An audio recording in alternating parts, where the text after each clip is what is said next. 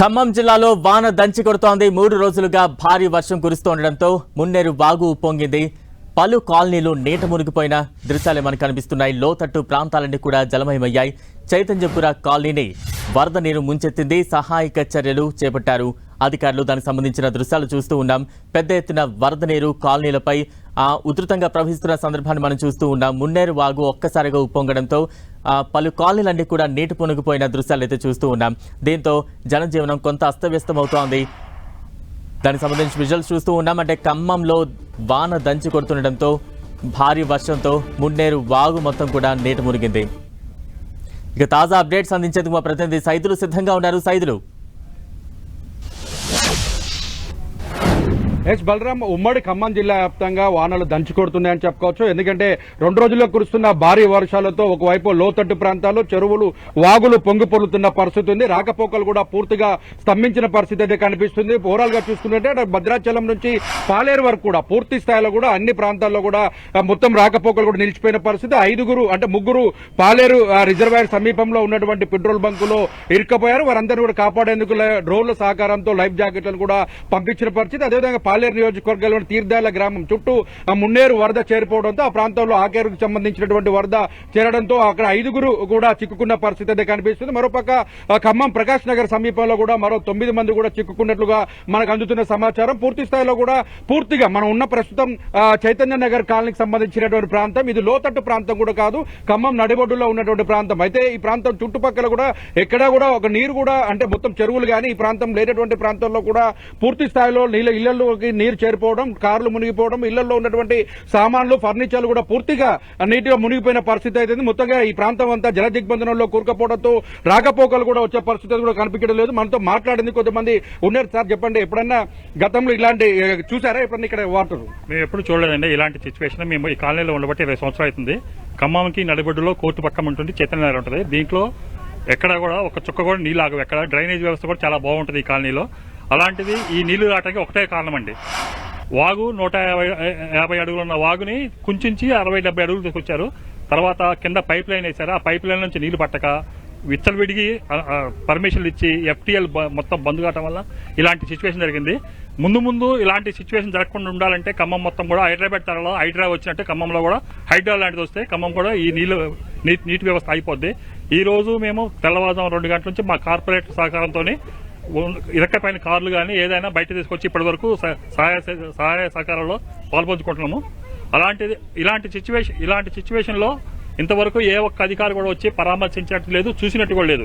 Road మీద చూసుకుంటూ పోతున్నారు. కాలనీలోకి వస్తే తెలుస్తుంది.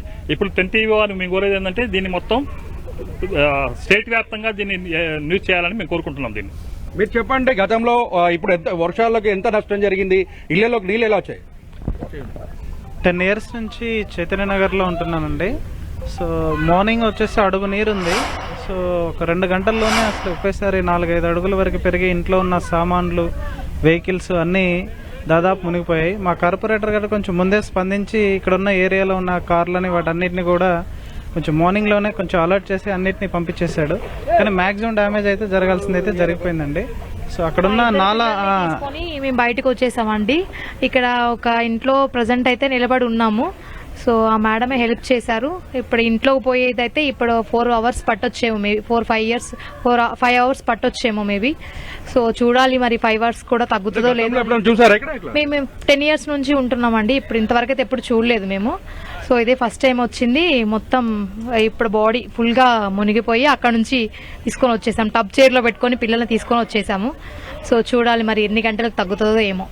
చూడొచ్చు, మొత్తంగా చూసుకున్నట్లయితే పూర్తి స్థాయిలో జల దిగ్బంధనంలో కూరుకుపోయిన పరిస్థితి అయితే కనిపిస్తుంది. మన విజువల్స్ లో కూడా చూడొచ్చు, నడువుల లోతు నీళ్లలో నుంచి కూడా వస్తున్న పరిస్థితి, ఇళ్లలోనే ఉన్నటువంటి పరిస్థితి. ఎందుకంటే వరద నీరు ఎప్పుడు కూడా ఈ ప్రాంతంలో వచ్చినటువంటి పరిస్థితి లేదని ఇక్కడ ఉన్నటువంటి స్థానికులు చెప్తున్నారు. ఓవరాల్ గా చూసుకుంటే మొత్తం అటు గుండాల, ఆలపల్లికి సంబంధించినటువంటి రాకపోకలు కావచ్చు, మిగిలిన ఆ ప్రాంతాల్లో కిన్నెరసానికి సంబంధించినటువంటి వాగు పొంగి పొందుతుండో ఆ ప్రాంతానికి సంబంధించిన ఏడుమెలకల వాగులు కూడా, కోడిపుంజల వాగు పూర్తిగా పొంగిపోతుండో ఆ ప్రాంతం రాకపోకలు కూడా పూర్తిగా నిలిచిపోయిన పరిస్థితి. అదేవిధంగా అశోపురానికి సంబంధించి మనుగూరు పట్టణానికి సంబంధించి మనం ప్రధానంగా చెప్పుకోవచ్చు.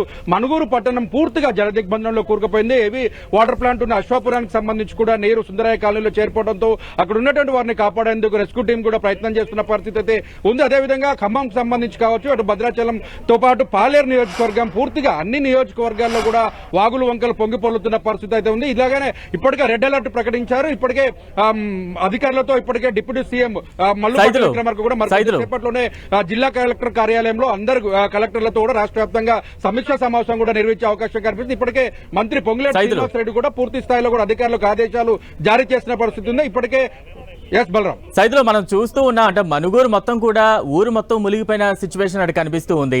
అక్కడ స్థానిక ప్రజలకు ఎటువంటి సహాయ సహకారాలు అందుతూ ఉన్నాయి? అధికార యంత్రాంగం ఎటువంటి జాగ్రత్త చర్యలు చేపడుతోంది?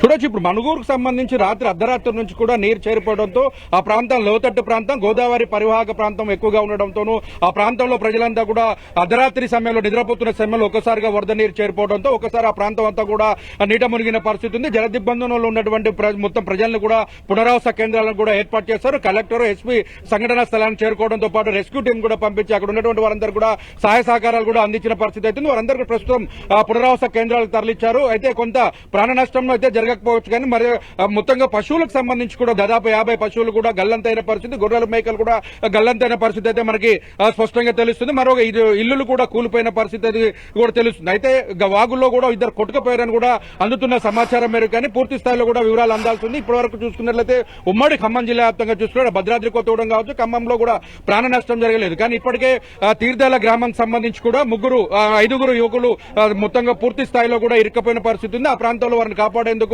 రెస్క్యూ టీం కూడా ప్లాన్ చేస్తున్న పరిస్థితి. అదేవిధంగా పాలేరుకు సంబంధించి రిజర్వాయర్ సమీపంలో పెట్రోల్ బంకులో కూడా 3 ఉంటే వారందరూ కూడా డ్రోన్ కెమెరాల ద్వారా లైఫ్ జాకెట్లు పంపించి వారిని కాపాడే ప్రయత్నం కూడా చేస్తున్నారు. ఇప్పుడు మనకు అందుతున్న సమాచారం మేరకు ఖమ్మం ప్రకాష్ నగర్ కి సంబంధించిన బ్రిడ్జి సమీపంలో 9 మంది కూడా మొత్తం కూడా నీళ్లలో దిగ్బంధంలో చిక్కుకున్నారని తెలుస్తుంది. వారందరినీ కాపాడేందుకు కూడా హెలికాప్టర్ ద్వారా సమాచారం అందించి వారందరూ కూడా కాపాడేందుకు అధికార యంత్రాంగం ప్రయత్నం చేస్తున్నారు. మొత్తంగా చూస్తే ఏ ప్రాంతంకి వెళ్ళినా, ఏ ఏరియాకి వెళ్ళినా కూడా పూర్తిగా జల దిగ్బంధనంలో కూరుకుపోవడంతో ఆ ప్రాంత ప్రజలు బిక్కుబిక్కుమంటూ కూడా ఏడుస్తున్న పరిస్థితి ఉంది. ఎందుకంటే మున్నేరు పరివాహక ప్రాంతాలకు సంబంధించి మనం చూసాం, ఆ ప్రాంతాలను కూడా పూర్తి స్థాయిలో ఖాళీ చేసి కట్టు బట్టలతోనే పునరావాస కేంద్రాలకు తరలి వెళ్లిన పరిస్థితి అయితే మనం చూస్తున్న పరిస్థితి అయితే ఉంది. ఇలాగే మరో 2 రోజుల పాటు ఉంటే మాత్రం తీవ్రమైనటువంటి ఇబ్బంది కలిగే అవకాశం ఉంది. ఇప్పటికే రెడ్ అలర్ట్ ప్రకటించినటువంటి అధికారుల తీరుతో ఒకసారిగా మంత్రులు ఇప్పటికే డిప్యూటీ సీఎం ఖమ్మంలో అంటే మధురలో ఉండటం, ఆయన కూడా మరికొద్ది సేపట్లోనే సమీక్షా సమావేశం నిర్వహించడం, ఇప్పటికే పొంగులేటి శ్రీనివాస్ రెడ్డి మంత్రి కూడా అధికారులతో కూడా కలెక్టర్లతో కూడా సమీక్షా సమావేశం నిర్వహించి ఎక్కడ ప్రాణ నష్టం లేకుండా ఉండాలని కూడా ఆదేశాలు జారీ చేసిన పరిస్థితి చూస్తున్నాం.